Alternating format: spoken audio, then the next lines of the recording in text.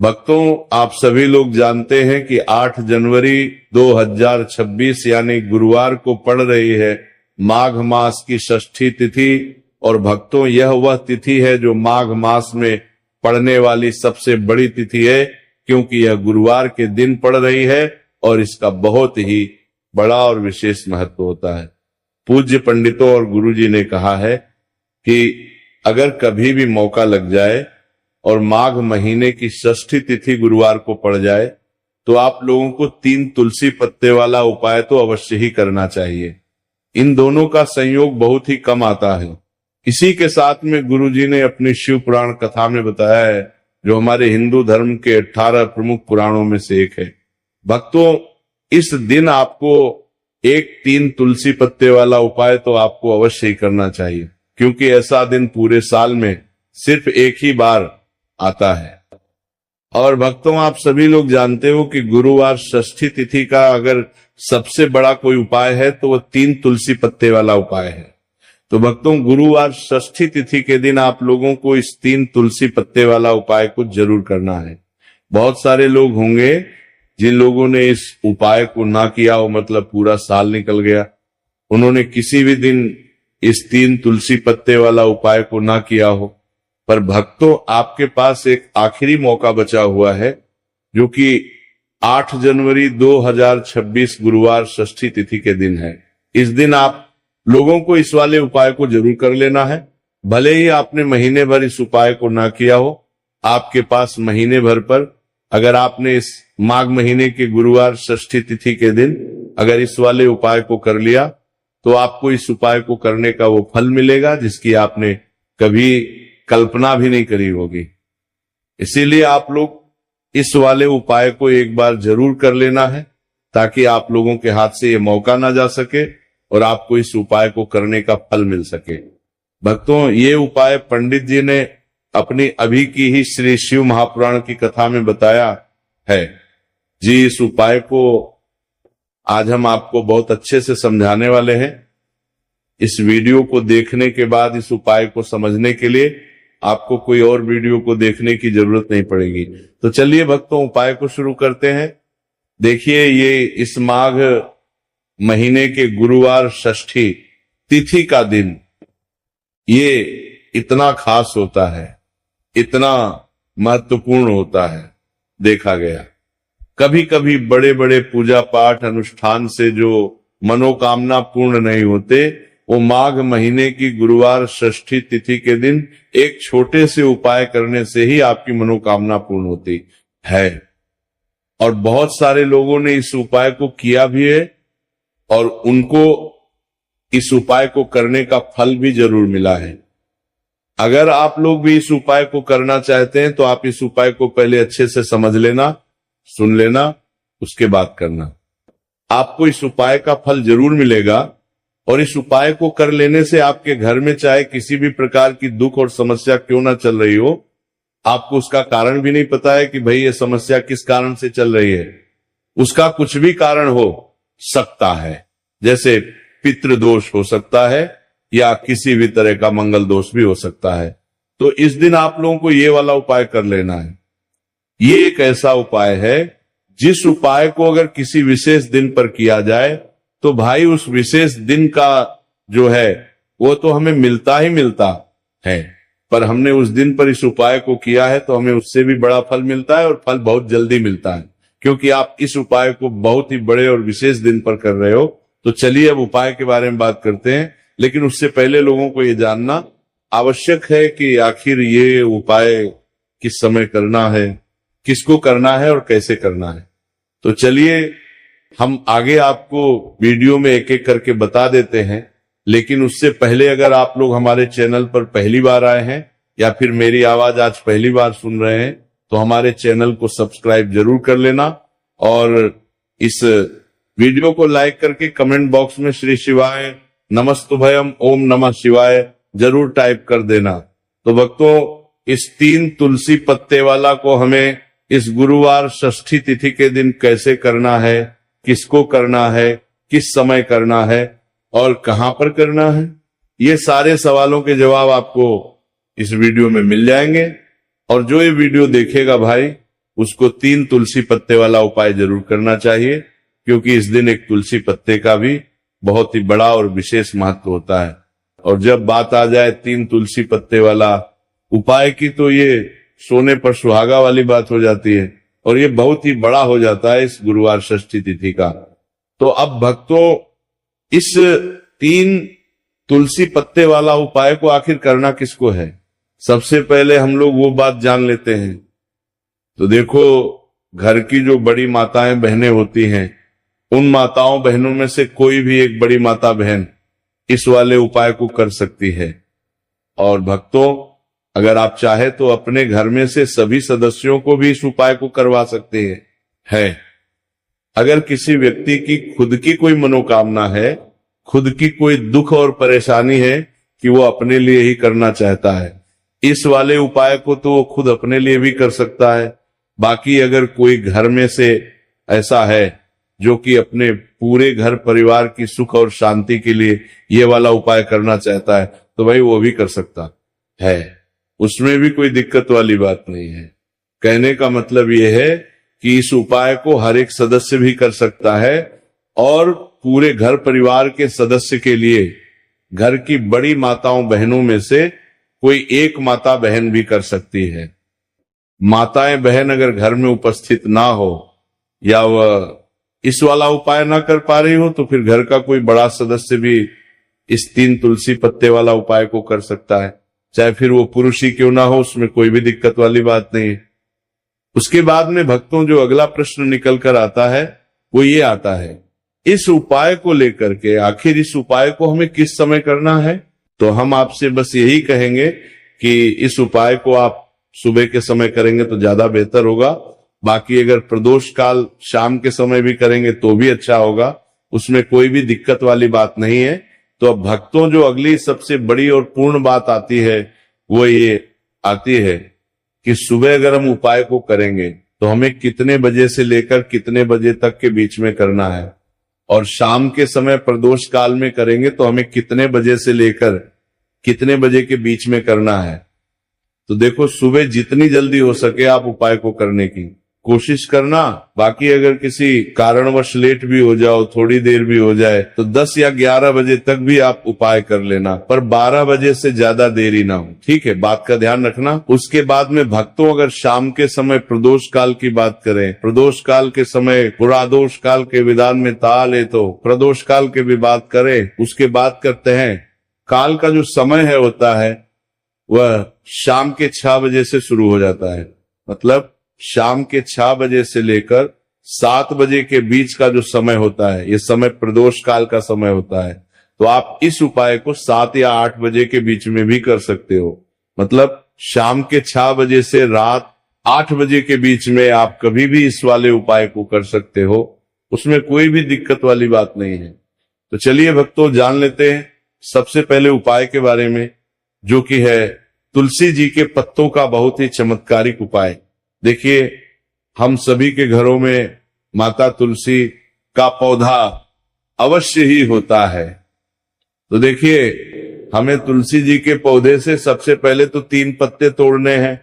तो देखिए, तुलसी जी के आपको 3 पत्ते तोड़ लेने हैं, और इन तुलसी जी के पत्तों को तोड़ने के बाद आपको एक चुटकी हल्दी भी अपने साथ में लेनी है। हल्दी के अंदर आपको जल मिलाकर के पेस्ट के रूप में तैयार करना है, और इसी के साथ में आपको एक दीपक भी लेना होगा। दीपक आपका भी ले सकते हैं, आटे का भी ले सकते हैं, और इस दीपक में आपको शुद्ध घी डाल के इसमें आपको लंबी रुखी बाती का प्रयोग करना है। देखिए भक्तों, आपके पास है 3 तुलसी जी के पत्ते। तो पहला जो तुलसी जी का पत्ता है, उस पर आपको सबसे पहले तो जो आपने हल्दी ली है उसकी एक बिंदी लगानी है, और पहला जो तुलसी जी का पत्ता है आपके घर में, भगवान विष्णु का चाहे कोई सा भी स्वरूप हो, चाहे लड्डू को गोपाल जी का स्वरूप हो, या फिर भगवान कृष्ण की आपके मंदिर में प्रतिमा हो, या फिर भगवान श्री राम की प्रतिमाएं, उनके सामने आपको पहला तुलसी जी का पत्ता अर्पित करना है। अब देखिए भक्तों, आपके पास जो 2 तुलसी जी के पत्ते बचे हैं और आपके पास जो एक दीपक है, इन्हें आपको लेकर के पहुंचना है अपने ही घर में, तुलसी जी के पौधे के पास में। देखिए, सबसे पहले तो आपके पास जो 2 तुलसी जी के पत्ते हैं उन पर भी आपको हल्दी की एक एक बिंदी लगानी है और उन दोनों ही तुलसी जी के पत्तों को आपको अपने घर में तुलसी जी के पौधे के वहां पर ही अर्पित कर देने हैं। और इस प्रकार से ये दोनों पत्ते भी तुलसी जी के पौधे के पास में अर्पित करने के बाद अंत में जो आपके पास एक लंबी बाती का दीपक है, इसे आपको तुलसी जी के पौधे के पास में ही प्रज्वलित कर देना है। जो भी व्यक्ति अपने ही घर पर गुरुवार षष्ठी तिथि के दिन इस प्रकार से तुलसी जी के 3 पत्तों का यह उपाय कर लेता है तो उसका परिवार हमेशा खुश रहता है। उसके परिवार में कभी भी कोई भी संकट उत्पन्न नहीं होता है और यदि आपके घर में जो भी ग्रह क्लेश है वो भी समाप्त होते हैं। तो इस प्रकार से आपको ये पहला उपाय करना है। अब भक्तों हम जान लेते हैं दूसरे उपाय के बारे में। देखिए, इस उपाय को करने के लिए भी आपको मात्र 1 लोटा शुद्ध जल लेना है तांबे के पात्र के अंदर और इसी के साथ में आपको एक प्यारी सी और सुंदर सी बेलपत्र ले ली है। बेलपत्र है वे कहीं से भी खंडित नहीं होनी चाहिए, इस बात का ध्यान रखना है। और बेलपत्र यदि आपको प्राप्त नहीं हो पाती है तो आप शिवलिंग पर चढ़ी हुई बेलपत्र को पुनः शुद्ध जल से धोकर के उसका उपयोग कर सकते हैं। देखिए, इस उपाय को आप सुबह से लेकर के शाम तक किसी भी समय में कर सकते हैं। देखिए, मंदिर पहुंचने के बाद सबसे पहले तो आपके पास जो अपनी हथेली में रखना है और आपको कुंदकेश्वर महादेव से प्रार्थना है कि मेरे शरीर में या फिर मेरे परिवार के इस सदस्य के शरीर में कोई भी भारी रोग हो चुका है जिसमें उसे आराम नहीं मिल पा रहा है। डॉक्टरों को लगातार दिखा रहे हैं, दवाओं का लगातार सेवन कर रहे हैं, लेकिन बीमारी में आराम नहीं मिल पा रहा है। हे मेरे कुंदकेश्वर महादेव, मुझे अपनी बीमारी में आराम दिलाने की कृपा करें। इस प्रकार से आपको कामना करते हुए ये जो एक बेलपत्र है इसे आपको माता अशोक सुंदरी वाले स्थान पर अर्पित करनी है। देखिए, माता अशोक सुंदरी वाले स्थान पर जब भी आप ये बेलपत्र अर्पित करेंगे तो इसकी जो चिकनी साइड है वह शिवलिंग से स्पर्श रहेगी और इसको आपको इस प्रकार समर्पित करना है कि जो इसकी डंडी है वह शिवलिंग की तरफ रहेगी और इसका जो पट्टी वाला भाग है वह जलाधारी की ओर रहेगा। इस प्रकार से आपको ये एक बेलपत्री शिवलिंग पर अर्पित करनी है।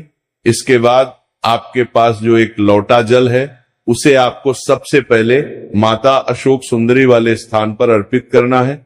देखिए, आपको शिवलिंग के ऊपर जल अर्पित नहीं करना है, पूरा ही जल आपको धीरे धीरे जहां आपने बेलपत्र अर्पित की थी उसी के ऊपर आपको अर्पित करना है। जल को अर्पित करते समय लगातार आपको कुंदकेश्वर महादेव का स्मरण करते रहना है। देखिए, जैसे ये जल जलाधारी से होकर के बह करके आएगा तो इसे आपको थोड़ा सा किसी भी खाली पात्र में झेलने हैं और इस जल को आपको महादेव से यानी कि कुंदकेश्वर महादेव से औषधि स्वर प्राप्त कर लेना है और इसे आपको अपने घर लेकर के आ जाना है।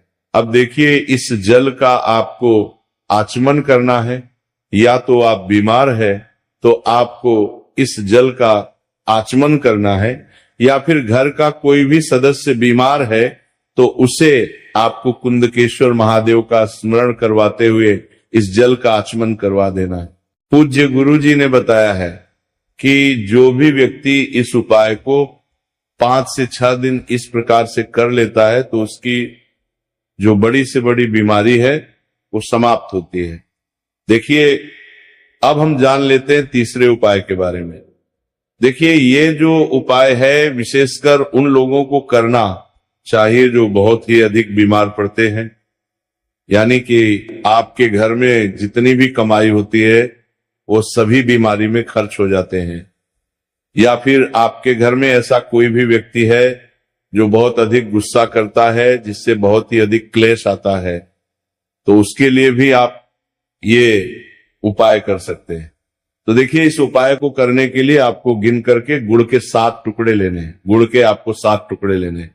देखिए, आपके घर में जो व्यक्ति बहुत अधिक बीमार रहता है या फिर कोई व्यक्ति बहुत अधिक गुस्सा करता है तो आपको ये जो 7 गुड़ के टुकड़े हैं अपने सीधे हाथ में रखना है और उस व्यक्ति के ऊपर से आपको घड़ी की दिशा में 7 बार सर से लेकर के पैर तक उतार लेने हैं। यानी कि उस व्यक्ति के सर से लेकर के पैर तक आपको इन गुड़ के टुकड़ों को 7 बार घड़ी की दिशा में घुमा लेना है। अब देखिए, इन गुड़ के टुकड़ों को बाहर घुमाने के बाद आपको लेकर के सीधे पहुंचना है भगवान शिव के मंदिर में।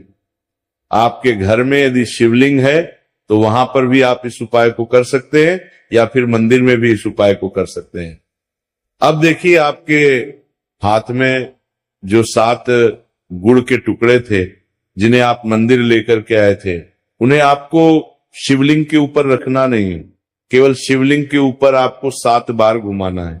और जब भी आप ये गुड़ के टुकड़े घुमाएंगे तब आप कल्याण शाबर महादेव का बहुत ही सुंदर सा नाम लेना है। गुड़ के टुकड़ों को इस प्रकार से घुमाने के बाद आपको महादेव से प्रार्थना करनी है कि हे मेरे महादेव, कि ये जो मेरे परिवार का व्यक्ति है बहुत अधिक बीमार रहता है, बहुत अधिक गुस्सा करता है, क्रोध करता है, हमेशा चिड़चिड़ा रहता है, आप इसकी इस प्रकार की जो समस्याएं हैं उन्हें दूर करें। और इसके बाद आपको ये जो गुड़ के टुकड़े हैं 7, इन्हें अपने घर लेकर के आ जाना है और एक एक गुड़ का टुकड़ा आपको प्रतिदिन जो व्यक्ति बीमार है या फिर जो बहुत अधिक गुस्सा करता है उसे खिला देना है। उस व्यक्ति का जो भी क्रोध है, गुस्सा है, वह हमेशा के लिए शांत हो जाएगा।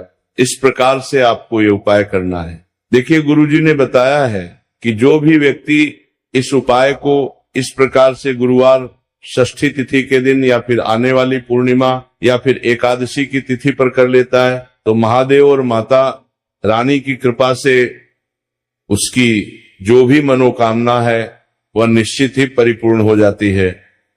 तो भक्तों, ये थे पूज्य गुरुजी द्वारा बताए गए कुछ बहुत ही खास उपाय। अगर आपको जानकारी अच्छी लगी हो तो वीडियो लाइक करिएगा। मिलते हैं फिर एक नए वीडियो के साथ। इससे बड़ी विश और मनोकामना भी पूरी हो जाती है जब आप मंगलवार वाले दिन इस पहले उपाय को कर लेते हैं। तो देखिए, आप सभी जानते हैं कि श्री हरि विष्णु जो है उन्हें तुलसी दल सबसे प्रिय है। बिना तुलसी माता के श्री हरि विष्णु अधूरे हैं और बिना तुलसी पत्तों के श्री हरि विष्णु का भोग अधूरा है। अब श्री हरि विष्णु को प्रसन्न करके आप अपनी किसी भी मनोकामना को पूरा कर सकते हैं, क्योंकि श्री हरि विष्णु प्रसन्न हो गए तो आपकी कोई भी विश और इच्छा मनोकामना अधूरी नहीं रहेगी। तो आपको तुलसी के 5 पत्ते लेने हैं। देखो, एकादशी के दिन तुलसी के पत्तों को नहीं तोड़ना है। अब ये 5 तुलसी के पत्ते जो आपने लिए हैं, ये 5 तुलसी के पत्ते आपको श्री हरि विष्णु को अर्पित करने हैं। अपने घर के मंदिर में ही ठीक है, ऐसा आपको करना है। आपके घर में श्री हरि विष्णु की कोई मूर्ति है, प्रतिमा है, वहां पर ये 5 तुलसी के पत्ते आप रखें और साथ ही साथ एक देसी घी का दीपक गोल बाती का आपको लगाना है और ओम नमो भगवते वासुदेवाय नमः इस मंत्र का आपको 11 बार जप करना है। देखो, मंत्र कौन सा है? ओम नमो भगवते वासुदेवाय नमः। और फिर श्री हरि विष्णु से अपनी विश, अपनी इच्छा, अपनी मनोकामना कह देना और फिर देखना आपकी विश और इच्छा, जो भी आपकी मनोकामना है, जो भी अपने जीवन में आपको चाहिए। अगर निर्धनता बहुत है, आप अपने घर से गरीबी को दूर करना चाहते हैं या फिर धन आपका बढ़ता नहीं, आप चाहते हैं कि आपका धन बढ़े या फिर आपके घर में फिजूल खर्ची बहुत होती है, पैसा आपके पास नहीं रुकता है, आप चाहते हैं कि पैसा आपके पास रुके, या फिर घर में कोई व्यक्ति ऐसा है जो बहुत बीमार रहता है या फिर किसी का विवाह नहीं हो पा रहा है, तो जो भी आपकी इच्छा है, जो भी आपके विश है, बस एक बार श्री हरि विष्णु से कह देना। क्योंकि मंगलवार भी इस दिन है, साथ ही साथ साल का सबसे बड़ा दिन है। यह दिन इतना उत्तम है कि जो आप श्री हरि विष्णु से मांग लेंगे, जो उनसे कह देना देंगे, वो आपकी विश, आपकी मनोकामना को बहुत जल्दी पूरा कर देंगे। तो ये पहला उपाय है। चलिए बात करते हैं दूसरे उपाय की। देखो, यदि आपके जीवन में आर्थिक संकट बहुत अधिक हो रहे हैं, धन की समस्या लगातार जीवन में बनी हुई है, एक एक रुपयों को प्राप्त करने के लिए आपको बहुत अधिक मेहनत कर रहे हैं, तो आज रात्रि में सोने से पहले आपको हो ये एक चमत्कारी दीपक का उपाय अवश्य करना है। या फिर यदि आपका जो व्यापार है, बिजनेस है, दुकान है, वो अच्छे से नहीं चल पा रही है, तो आज रात्रि में इस विशेष दीपक का उपाय आपको अवश्य करना चाहिए। देखो भक्तों, दीपक हमारे घर में सभी नकारात्मक शक्ति को बाहर करता है। ये उपाय आपको साल में केवल एक बार करने का ही मौका मिलता है।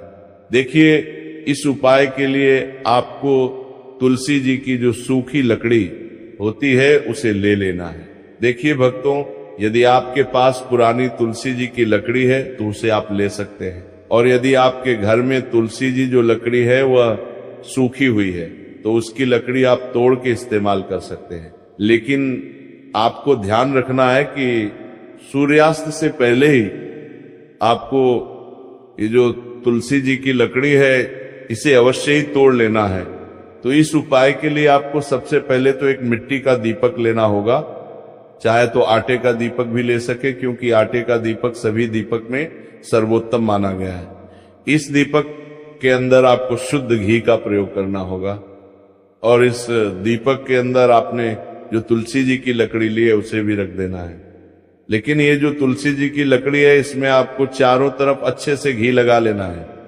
देखिए, गुरुजी ने बताया है कि जो तुलसी जी की लकड़ी है, यदि आप उपाय करते हैं और बहुत ही शीघ्रता से जल जाती है, तो इसके लिए आपको एक कार्य करना है। आपको थोड़ी सी रुई ले लेनी है, और उस रुई को आपने जो तुलसी जी की लकड़ी ली है उस पर अच्छे से चारों तरफ लपेट देनी है। तुलसी जी की लकड़ी के ऊपर रुई लपेटने के बाद इसे आपको पूरा घी के अंदर डुबो लेना है। अब इसे आपको बाती के रूप में प्रयोग करना है। अब भक्तों, इस दीपक को आपको प्रज्वलित कहाँ करना है? तो इस दीपक को आपको या तो भगवान विष्णु के सामने प्रज्वलित करना होगा, या फिर आपको भगवान श्री राम के सामने प्रज्वलित करना होगा, या फिर भगवान कृष्ण के सामने, यानी कि भगवान विष्णु के जो भी अवतार हैं उनके सामने आप यह दीपक प्रज्वलित कर सकते हैं। या फिर आप इस दीपक को माता तुलसी जी के सामने भी प्रज्वलित कर सकते हैं। पूज्य गुरु जी ने बताया है कि जो भी व्यक्ति इस प्रकार से तुलसी जी की डंडी से दीप दान कर देता है उसके जीवन में कभी भी धन की समस्या नहीं होती। इसीलिए आपको ये पूरे साल में केवल एक बार ही मौका मिलता है। इस उपाय को करके देखना, आपकी सभी इच्छाएं जरूर पूर्ण होंगी। ये जो उपाय है रात्रि में सोने से पहले करना है। बात करते हैं, अब बताते हैं तुलसी के गमले में आपको वो कौन सी चीज डालनी है जिस उपाय को करने से आप अपने जीवन में महाधनी बन जाएंगे। इतना धन आपको मिलेगा कि कभी भी आपके धन में कमी नहीं आएगी, कभी भी आपका धन बर्बाद नहीं होगा। आपके पैसे की बर्बादी बिल्कुल आपके जीवन से रुक जाएगी। और जो लोग कहते हैं कि घर में पैसा तो आता है, पैसा रुकता नहीं है और पैसा बढ़ता नहीं है, वृद्धि नहीं हो रही है, उन्हें भी विशेष ये तीसरा उपाय चौथ वाले दिन जरूर करना चाहिए। तो देखिए, पहले ही आपको बता दिया कि श्री हरि विष्णु की पूजा और उनका भोग, श्री मतलब तुलसी मैया के बिना अधूरा है ना, और तुलसी मैया जो है वह श्री हरि विष्णु के बिना अधूरी है। तो देखिए, जब भी आप तुलसी का कोई उपाय करेंगे तो सीधे सीधे आप श्री हरि विष्णु को प्रसन्न कर लेते हैं। अब व्यक्ति को, यानी जो भी व्यक्ति है, किस व्यक्ति को कितना धन देना है, ये श्री हरि विष्णु को कितना धन देना है, हरि विष्णु के हाथ में होता है। धन देने का काम माँ लक्ष्मी करती है, जो कि माँ तुलसी का ही एक रूप है। माँ तुलसी जो है ये माता लक्ष्मी का ही स्वरूप है ना। तो आपको करना क्या है, आपको लेनी है यहाँ पर हल्दी पिसी हुई, जो कि श्री हरि विष्णु से जुड़ी हुई है, आपके गुरु ग्रह से जुड़ी हुई है, आपकी कुंडली में गुरु को मजबूत करती है, सुख सौभाग्य को खींचने का काम करती है, धन को बढ़ाने का काम करती है। तो एक चुटकी पिसी हुई हल्दी आपको लेनी है और ये पिसी हुई सूखी हल्दी आपको अपने गमले में तुलसी का पौधा जिस गमले में लगा है उसमें अच्छे से इस हल्दी को डालना है, ठीक है ना। और ओम नमो भगवते वासुदेवाय नमः इस मंत्र का जाप करना है।